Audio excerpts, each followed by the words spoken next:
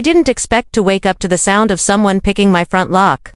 At first, I thought it was the wind, maybe something knocking against the porch, but then came the slow, metallic clicks, methodical, deliberate. I checked the camera feed from the nightstand, and there she was. Karen. Hair tied tight, clipboard in one hand, a thick set of keys in the other. She wasn't confused.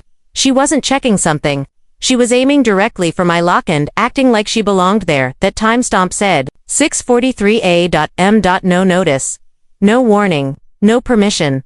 I threw on clothes and reached the front door just as the key scraped and failed again. I opened it sharply. Karen blinked. Oh, you startled me. She didn't look startled at all. She looked annoyed I'd interrupted her. What do you think you're doing? I asked. I'm here on official HOA business, she said coolly, not even making eye contact. We've had complaints of unauthorized modifications on your property. I folded my arms. That doesn't give you the right to break in, she sniffed. I wasn't breaking in. These are master keys issued by the board. We're allowed access for inspections. She dangled the keys like a trophy. You're not law enforcement, Karen, I said. You can't use that thing like a badge. She inserted another key into the lock. It jammed. I could call the sheriff, I said. That made her laugh. Oh, go ahead. You'd be surprised how often they side with us. We're just protecting community standards. Maybe you'd know that if you came to the meetings. Just then, a car engine rolled up behind her. Karen turned slightly. Her eyes narrowed as a black sedan pulled into the driveway. Window rolled down. Everything all right, Dad? The driver asked, stepping out. Karen stiffened when she saw the uniform. My son, Adam, had just finished a night shift and caught this insanity on his phone when I sent the footage. The badge on his chest wasn't symbolic. It was real. Emergency services, city certified, and Karen. She realized too late who she'd been mouthing off to. I wasn't doing anything wrong, she said quickly. Just an inspection. Routine, no harm done. Adam approached calmly. Routine inspections don't involve trying 3 different keys. Did you document this visit? She hesitated. Adam turned to me. Did she provide notice? Nope. Karen glanced around. This doesn't need to become an issue. We have our policies. Adam stepped in. You don't have the right to access private property without permission. HOA regulations don't override the law. You know that, right? Karen's tone sharpened. I don't like your attitude, and I don't like attempted break-ins, Adam said, reaching into his jacket pocket. Do you want to explain this down at the precinct? Or shall we call HOA legal and ask who issued those keys? Karen froze. Her lips parted, but no words came.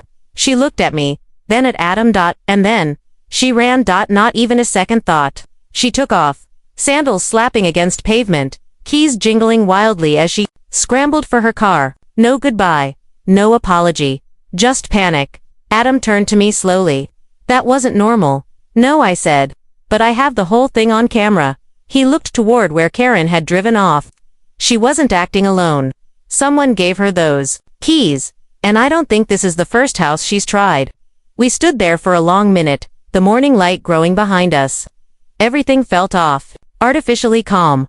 Whatever Karen had been looking for, she hadn't found it, but she'd found something else. Someone watching. And now, we were watching back. We didn't waste time. The moment Karen vanished, Adam pulled out his phone and backed up the security footage. Multiple angles, clear audio, full time stamps, everything we needed to prove she'd tried to access our home without warning. But as we watched the clip again, something else jumped out. Karen wasn't fumbling with the keys. She was methodical, like she'd done this before. Not just on my house, probably on others, too. That theory hardened when we checked the digital log from my smart lock. 8 attempts in the past 6 weeks. All between 11 p.m. and 5 a.m. she's been getting in, I said, barely believing it, while I was asleep, or gone. Adam's jaw tightened. She's either taking pictures, planting violations, or worse. And this can't just be her idea. We needed names, so we went straight to the HOA office. The building sat at the edge of the neighborhood, clean, organized, too perfect. The kind of place where everything looked official but smelled like cover. Up. At the front desk, a woman with a headset looked up as we walked in. We need to speak to your community director, Adam said, flashing his badge. The receptionist blinked up. She's not in today. Then anyone with access to board key records will do, Adam added. His tone wasn't aggressive. It didn't need to be. His badge handled that for him. Minutes later, a middle-aged man in a sweater vest appeared. "I'm Dale," he said, nervously. "Vice Chair of the Security Committee. How can I help?" Adam pulled out the footage on his phone and played 10 seconds of Karen trying keys on my door. Dale watched, face pale. "That's not standard procedure. You think," Adam said dryly. "We need a list of everyone issued master keys. Also, who authorized them, and any logged usage." Dale stammered. We don't typically give that to residents." "I'm not here as a resident," Adam said. "I'm here as a first responder with probable cause." Dale hesitated. Then quietly said, "Follow me." He led us, past the reception area, and into a back room with several old filing cabinets and a glowing monitor. He tapped a few keys and brought up a spreadsheet. Rows upon rows of entries scrolled across the screen. "Every time a master key is used, it pings this system," he said. "Usually it's just inspections, annual, or for reported violations." I leaned in. "How often has Karen used hers?" He filtered the list. Karen's name appeared over a dozen times in the last month alone. "She entered 8 homes," Dale said, swallowing hard. "3 of those residents moved out recently." "And who gave her the keys?" Adam asked. Dale hesitated again, but then clicked a tab labeled Authorization Chain. A name popped up at the top of the list. M. Holloway, HOA President. I stepped back. That was the woman who lived 3 doors down, friendly in public, silent at meetings. Always too busy to answer questions. Now we knew why. Adam scanned the records. "She's the only one who can issue full master keys." Dale nodded reluctantly. "Yes, but she said they were just for emergencies." "What kind of emergency needs a 4 a.m. entry?" Adam asked. No answer came. We left with digital copies of the logs. Dale looked like he was about to be sick. Back home, Adam started building a timeline. Key entries, exit times, resident complaints, and move-out dates. That's when I remembered something. Mr. Dalton, an old veteran who used to live at the corner, had once ranted about the HOA harassing him. He sold and vanished within weeks. We pulled up the entry log for his address. Karen had used her key there 4 times, all after midnight. We couldn't ignore it anymore. Mr. Dalton's house, quiet, locked, supposedly vacant, had been accessed by Karen 4 times. All entries happened at night. No calls, no notices, no follow-up paperwork. The house had been on the market for 3 weeks. The for sale sign sat crooked near the sidewalk, leaning to one side like the truth was too heavy to hold up. The windows were dark, the blinds closed tight, but something felt wrong. This wasn't just harassment, Adam muttered. They were staging something here. We parked discreetly across the street. Adam wasn't in uniform this time. He wore jeans and a plain hoodie, trying to keep things low-key. Still, he had his badge clipped inside his pocket and a flashlight tucked into his belt. I had the smart tablet loaded with the HOA logs and a notepad in case things got complicated. We walked up the front lawn, which was surprisingly well maintained. The HOA usually let lawns go wild once homes were empty, to make new buyers handle it, but this one, freshly cut, edges trimmed. Even the flower bed was weeded. Someone's been taking care of this place, I said. Adam nodded. Or covering tracks. He knocked on the door. No answer. He knocked again. Louder. Still nothing. But then, just as we turned away, we heard it. A faint thud inside, like something falling over. Adam turned sharply. There's someone in there. He stepped off the porch and walked around the side, checking the windows. I followed. As we passed the kitchen window, he stopped. The curtain had a gap. Adam leaned in. His eyes narrowed. What do you see? I asked. Boxes, equipment, not moving boxes. Surveillance stuff. Infrared cameras, wireless routers, even a file cabinet. I blinked. This isn't a house for sale. He nodded slowly. It's a command post. Adam tried the back door. Locked. But his gaze dropped to the knob scratches. Fresh ones, like it had been forced open recently, and then he took a deep breath and knocked again, this time firm and official. This is Officer Adam Walker. Anyone inside, please make yourself known. Silence. Then, footsteps. We backed away, hands up, not wanting to spook whoever was inside. The door didn't open, but someone moved the curtain. Just enough for us to see an eye. Then it vanished, and the next second, lights turned off inside every single one. In unison, Adam reached for his phone, but the screen blinked out. What the He pressed the power button again. Nothing. I checked mine. Same result. Our signals are jammed, he said. There, using frequency scramblers inside. We didn't speak after that. We just left. Quiet, slow, like we didn't want them to know we knew. Back at my place, we powered our devices on again. Everything returned to normal. That night, Adam filed a full report with his department. Not an official warrant request yet, but enough to flag the HOA for investigation. But before we could rest, we checked one more thing. The HOA had a community map on its website. It showed which properties were for sale, which were rented, and which were in transition. There were 6 marked transition. 5 of them matched with master key access by Karen. And every one of them had residents who left under pressure, just like Dalton. But Dalton's house. It wasn't just a house anymore, it was a hub. The only question was, for what Adam didn't sleep that night. I tried, but every creak and shadow outside made me glance toward the window at 6:12 a.m. Just as dawn hit the roof lines, Adam walked back in with a USB stick clenched in his hand. Dalton gave me this before he left. He said, I didn't think anything of it until now. You talked to him. About 2 weeks before he moved. He stopped me during a jog. Said the HOA was watching him. Told me to hold on to this in case something happened. He handed me the USB, and I plugged it into my laptop. What we saw explained everything and made it worse. Footage. Grainy at first, but then clearer. Security camera clips from inside Dalton's house, facing the hallway. The living room, even the front porch. Timestamped. Most of them captured late-night entries, one by one. They showed people entering his house uninvited. Karen Dale, even 2 unfamiliar men in suits who entered, stayed nearly an hour. Then left through the back door. But one clip, labeled Primary Den, was different. The camera sat behind a bookshelf, hidden. It looked directly into the den, where a whiteboard, covered in sticky notes and timelines filled one wall. We hit pause, zoomed in.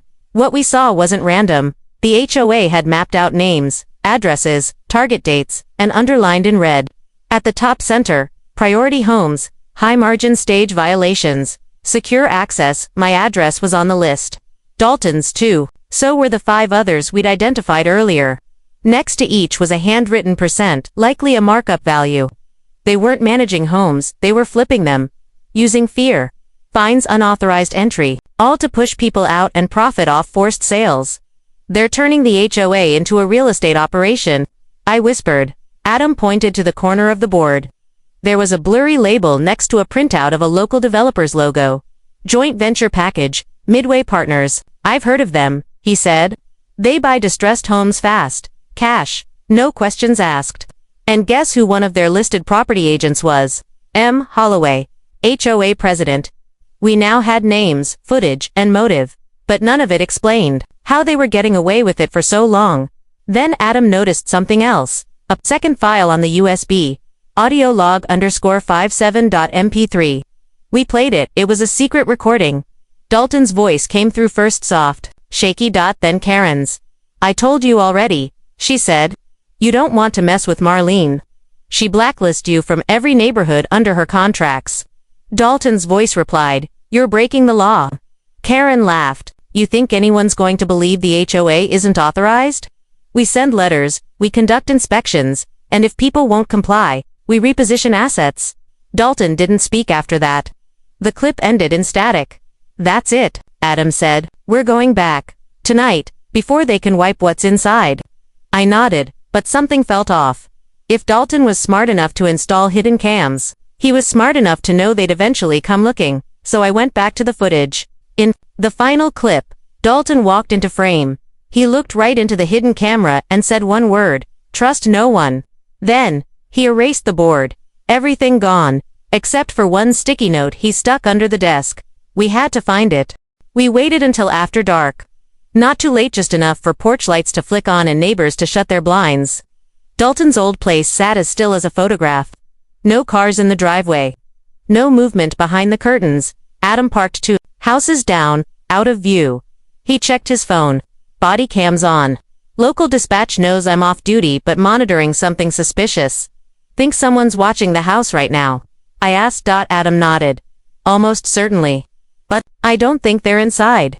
We approached quietly through the side yard. The rear door had a weak spot under the latch. and Adam used a slim pry tool to gently pop it open. We stepped into the kitchen. Cold, clean, silent, no dishes, no magnets on the fridge, no warmth of a real home, just empty surfaces and faint traces of foot traffic across the hardwood. The hallway creaked under our weight as we moved toward the den. It looked exactly like it had in the footage: bookcases, heavy drapes, and at the center, a wide mahogany desk with drawers on both sides. Adam crouched down and slid his hand underneath. His fingers brushed something, a sticky note. He peeled it off slowly, squinting at the hastily scribbled words. Cabinet file, 9. Know what it's seen. We stood up and looked at the tall file cabinet in the corner. Thick, black, locked tight.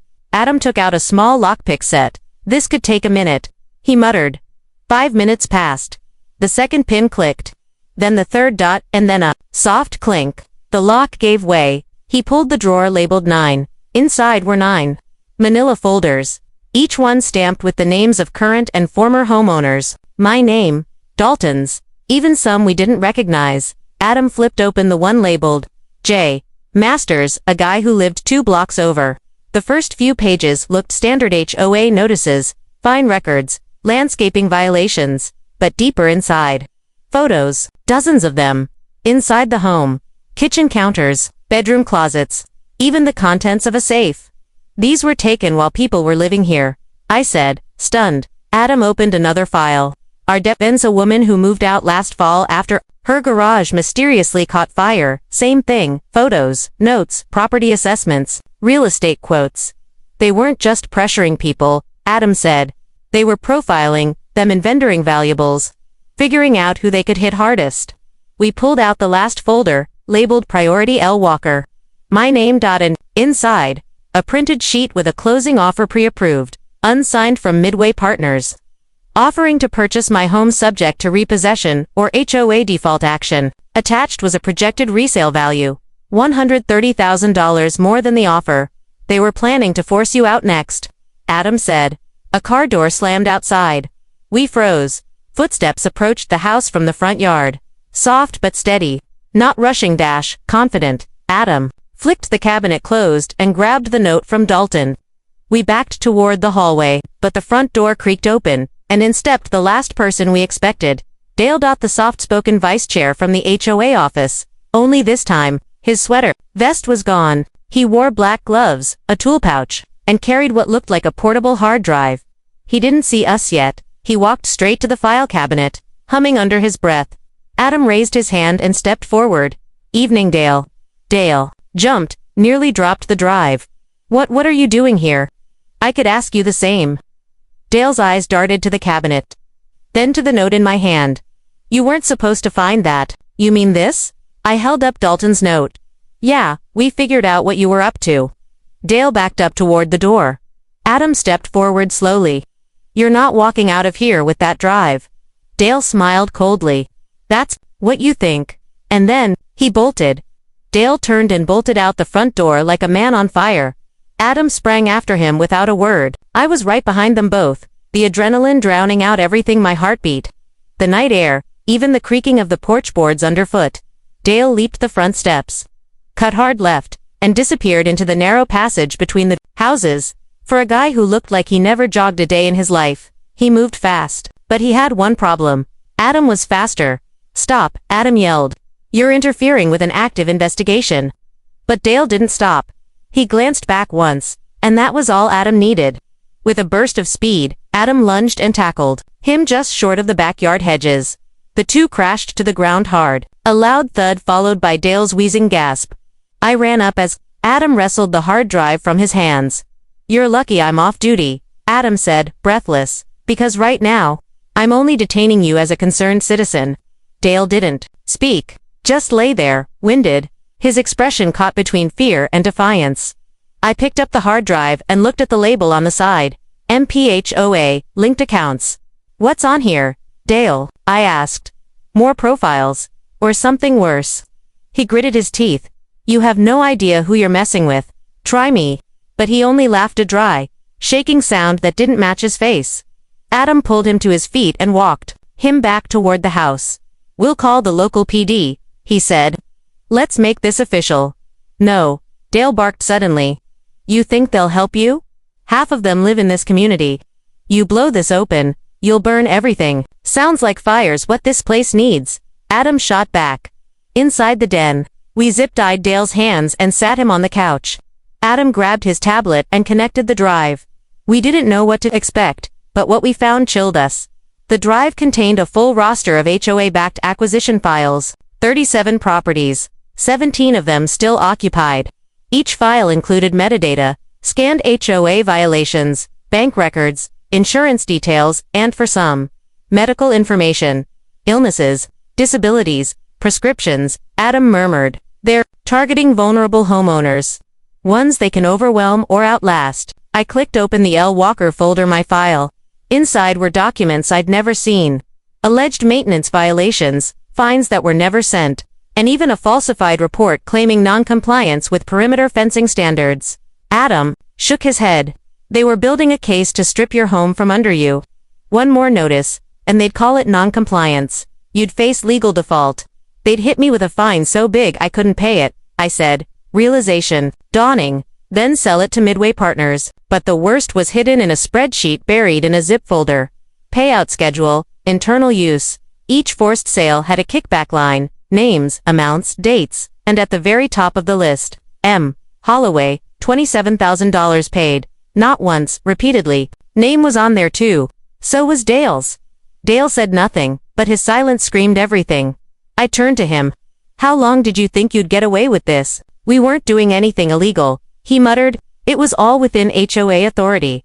Adam leaned forward. Not when you forge violations. Not when you fake inspections and break into homes. That's criminal. Dale shrugged. You think arresting me will stop this? Holloway's just one head. This snake's got plenty. Just then, Adam's phone vibrated. He glanced down and his face went pale. What? I asked. He turned the screen toward me. Anonymous message. Stop, now, or your son won't have a badge by morning. Adam stared at the message on his screen like it was radioactive.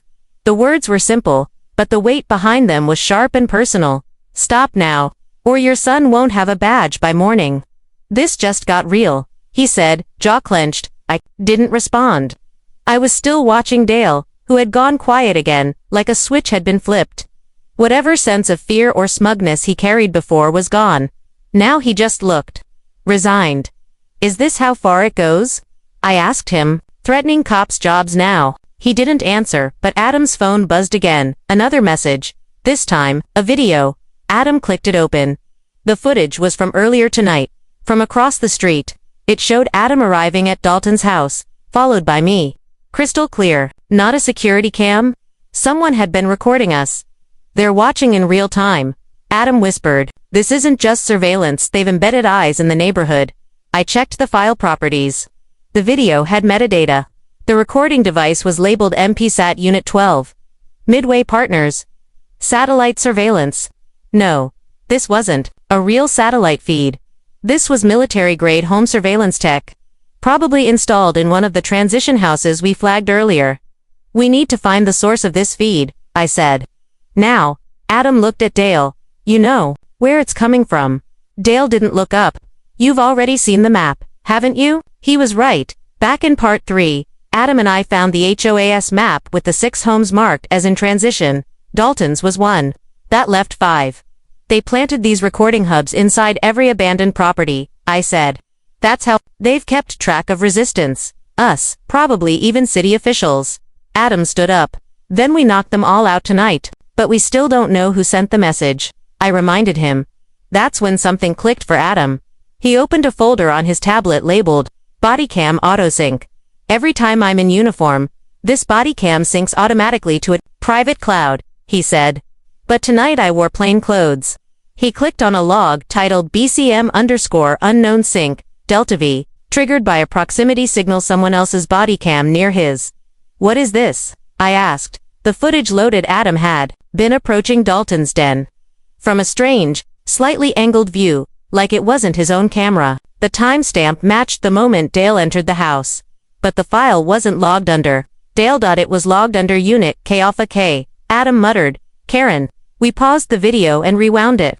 There she was, just barely visible in a reflection from the bookshelf mirror. She'd been in the house at the same time as Dale, watching silently, just out of view. Karen never left, I said. She's part of the command structure. Maybe even above Holloway. Adam looked over at Dale. You let us believe she was just a pawn. She's been coordinating everything from the shadows. Dale finally spoke. Karen's not who you think she is. She doesn't answer to Holloway. Then who does she answer to? He shook his head slowly. She answers to herself. She started this. Before we could respond, the power cut out. Darkness swallowed the room. A second later, cracked glass shattered somewhere behind us. A red dot from a laser scope danced across the floor. Then the wall. Adam dove. I grabbed Dale and hit the floor. Footsteps, heavy ones, coming in from the front. Someone else was here. And Karen. She wasn't knocking. The red laser darted along the wall like a predator circling its prey. We were flat against the floor in complete darkness. Only the beam offering hints of where the intruder was moving. Adam's hand reached over and tapped mine twice, our old signal. Stay low, stay quiet. Another window shattered, this time upstairs. They're surrounding us, Adam whispered, not amateurs. We crawled toward the den's corner, beneath the window Dalton used to crack for ventilation. It might be our only way out. Just as Adam reached the sill, we heard a voice, not through the walls, through the speakers. Don't bother running. Officer Walker, the voice said calmly. You're already on borrowed time. I knew that voice, so did Adam. Karen, her tone, wasn't shrill now, not snide. It was calculated, smooth, almost corporate. You thought you understood this neighborhood, she continued. You thought this was about the HOA. A pause, it never was. Then silence. Suddenly, floodlights ignited outside the house, 3 of them, positioned in a triangle. The entire interior of the living room was lit like a stage. We heard boots crunching gravel. 2 figures in tactical gear approached the porch. One carried a device the size of a mini server. Adam's body tensed. That's a mobile data scrubber. They're here to wipe the drive. And then, just as one of them kicked in the door, Adam stood up. He raised his hands, his badge in one, and shouted, "Back off. This house is now a crime scene. You're interfering with a federal investigation." The 2 intruders froze. For a second, it was unclear who had the upper hand. Then the figure behind them stepped through the light. Karen, but not in her usual pastel cardigan. She wore black leather gloves. Her HOA blazer gone. In its place was a tailored coat with a Midway Partners lapel pin. She looked right at Adam and smiled like they were old friends.